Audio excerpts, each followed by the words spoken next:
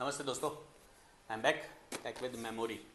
अपन discuss कर रहे थे, मैंने आपको थोड़ा थोड़ा सा ब्रीफ बताया कैसी कैसी मेमोरी होती है, क्या इंपॉर्टेंस है, short term memory, long term memory, procedural memory, वाइजमैन सेमेंटिक मेमोरी, एपिसोडिक मेमोरी। फिर हमने एक इंपॉर्टेंट चीज़ ADHD डिस्कस की, बच्चों में बड़ा इंपॉर्टेंट था, शॉर्ट टर्म मेमोरी से लिंक है वो चीज़। आज मैं आपको थोड़ा सा डिटेल में चीज़ें बता रहा हूँ। आज हम ऐसे समझना कि अब हमने कुछ चीज़ें जानी है, हम उसका ब्रेन से लिंक कर रहे हैं उस चीज़ को। सो मेमोरी एक एडवांस फीचर है। जब एवोल्यूशन हुआ था, आदमी धीरे धीरे अपने आप को आगे इवॉल्व कर रहा था, एडवांस फीचर्स एक्वायर कर रहा था।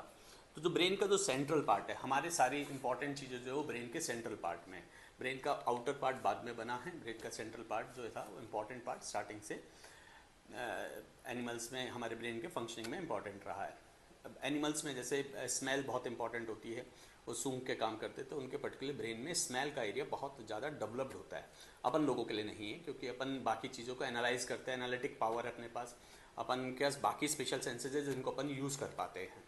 तो अपने उस अदर देन दैट सारे फीचर्स अपने डेवलप हुए ना। जब हम ब्रेन की बात करते हैं, यदि ये एक रेप्लिका है एंड रेप्लिका के माध्यम से मैं को बता रहा हूँ ना, दिस इज अ पार्ट, ये जो बीच का पार्ट है इसे हम ब्रेन स्टेम कहते हैं, ठीक है ना। ब्रेन स्टेम एक ऐसी चीज़ है, बेसिकली ये हमारे ब्रेन से सिग्नल स्टेम के थ्रू नीचे जाते हैं और नर्वस सिस्टम हमारी बॉडी को कंट्रोल करते हैं। जो इस ब्रेन स्टेम के आसपास का एरिया, जो डीप मोस्ट डीप पार्ट जहाँ तक सब प्रोटेक्टेड है, ये अंदर का जो पार्ट है, limbus circle, this is area called a limbus. इसे यहाँ पे जो सिस्टम है, इसे लिम्बिक सिस्टम का नाम दिया था 15-16 सेंचुरीज में साइंटिस्ट लोगों ने, एंड दिस कम फ्रॉम सब अ ग्रीक वर्ड। यहाँ जो जो चीज़ें हैं वो हमारे लिए स्पीशीज के सर्वाइवल के लिए इंपॉर्टेंट चीज़ें होती हैं। हमारी memory, hippocampus, medial temporal lobe, ये सब चीज़ें यहीं पे हैं। नाउ इसकी एक बड़ी अच्छी इंपॉर्टेंट चीज़ जो मैं जैसे इंडिविजुअल के बेसिकली प्रोटेक्शन, जो हम कहते हैं कि कोई भी स्पीशीज़ कैसे बचेगी, स्पीशीज़ आगे कैसे चलेगी। स्पीशीज़ चलने के दो ही तरीके हो सकते हैं, एक जो है वो मरे नहीं, और जो है वो और नेक्स्ट जनरेशन पैदा किया करे। So this is all controlled by this area. Memory is also stored in this area, क्योंकि मेमोरी एक इंपॉर्टेंट फीचर है हम लोग, हमारे इमोशंस इस एरिया में, हमारी भूख प्यास इस एरिया में है, हमारी स्लीप साइकिल, हमारा पानी पीने का नियम, हमारी हार्ट रेट, हमारी रेस्पिरेशन पैटर्न, ये सब हमारी यहाँ इस एरिया में कंट्रोल्ड है। हमारा बॉडी का जो होम्योस्टेसिस कहते हैं, हमारे बॉडी का जो इंटरनल एनवायरनमेंट है वो यहाँ से कंट्रोल होता है। So this is a very important area. जब ये अंदर के एरिया में, जैसे हम कहते हैं, कई लोग कहते हैं गुम चोट, यदि गुम चोट अंदर के एरिया में लगती है तो जनरली मरीज जल्दी से होश नहीं पाता, वो उसमें एक इंपॉर्टेंट पार्ट है। सो फाइट फ्लाइट, आप पे अटैक हो, आप क्या भगने की सोचेंगे या लड़ने की सोचेंगे?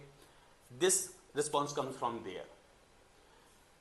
आप जनरेशन, नेक्स्ट जनरेशन पैदा करने की, सेक्सुअलिटी, रिप्रोडक्शन, आपका सोशल बिहेवियर, आप हर एक से लड़ेंगे तो आप धीरे धीरे लड़के मर जाएंगे।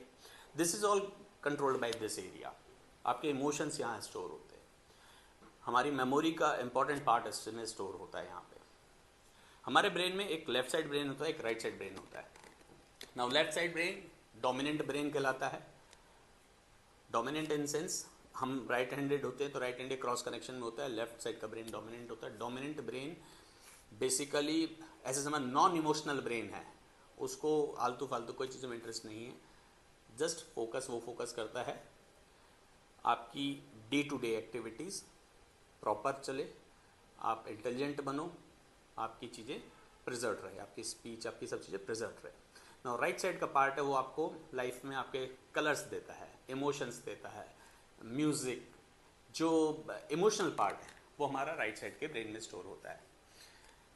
हमारी वर्बल मेमोरी, हम जो बोलते हैं, जो करते हैं, वो हमारी लेफ्ट साइड से ब्रेन है। हमारी नॉन वर्बल, इशारों में बात हो गई। सो जो इंपॉर्टेंट चीज़ें हैं तो ब्रेन आपस में मिलकर काम करता है। नाउ एनीथिंग, जो हम बात करते हैं कि यदि कहीं पे डीप ब्रेन को इंजरीज होती हैं तो हमारी ये सब चीज़ें इफेक्ट आती है, इसलिए डीप इंजरीज में सर्वाइवल की प्रोबेबिलिटी बहुत कम हो जाती है। यदि किसी भी व्यक्ति या स्पीशीज़ में किसी भी इंडिविजुअल का यदि डीप सीटेड इंजरीज हो, डीप सीटेड ट्यूमर्स हो, जनरली उन लोगों की सर्वाइबिलिटी कम रहती है।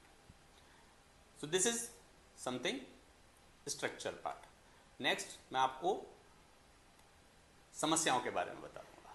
ठीक है, थैंक यू।